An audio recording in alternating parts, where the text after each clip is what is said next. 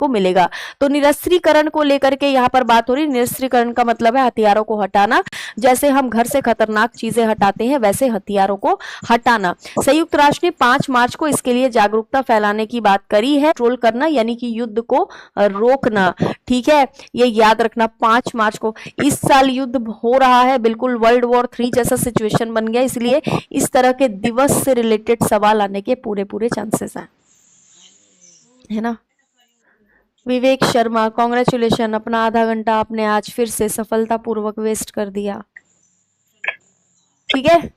तो हम क्या है, महात्मा अ ग्रेट कम्युनिकेटर। ये जो किताब है ये हाल ही में रिलीज करी गई है। इस किताब को रिलीज करने वाले या फिर इस किताब को लिखने वाले, है ना, लिखने वाले का नाम क्या है, एग्जाम में पूछा जा सकता है।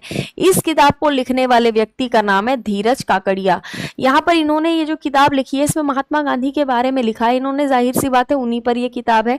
उनके बारे में इन्होंने क्या लिखा होगा, उन्होंने किस तरीके से, जब वो जमाना तो इंटरनेट का था नहीं, इंटरनेट के बिना जो जमाना था उस जमाने में किस तरीके से उन्होंने काम करा था, पूरे देश को एक करा था। आप खुद सोचो आज के समय में किसी में इतना पावर नहीं है कि वो अकेला पूरे देश के लोगों को इन्फ्लुएंस कर दे, इकट्ठा कर दे बिना इंटरनेट के।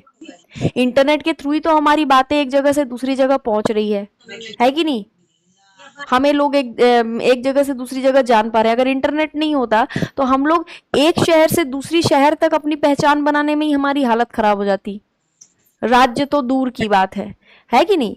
तो गांधी जी ने किस तरीके से, जब इंटरनेट का जमाना था नहीं उस समय पूरे देश को एकजुट किया, पूरे देश में इन्फ्लुएंस अपना। आज के समय में आप लोग गांधी जी के बारे में 2 पर्सपेक्टिव रखते हो, कुछ लोग गांधी जी को पसंद करते हैं, कुछ लोग नहीं करते हैं, अपना अपना पॉइंट ऑफ व्यू है।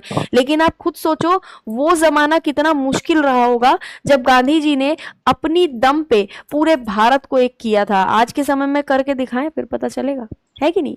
आकाशवाणी के डॉक्टर धीरज काकड़िया ने इस किताब को लिखा है।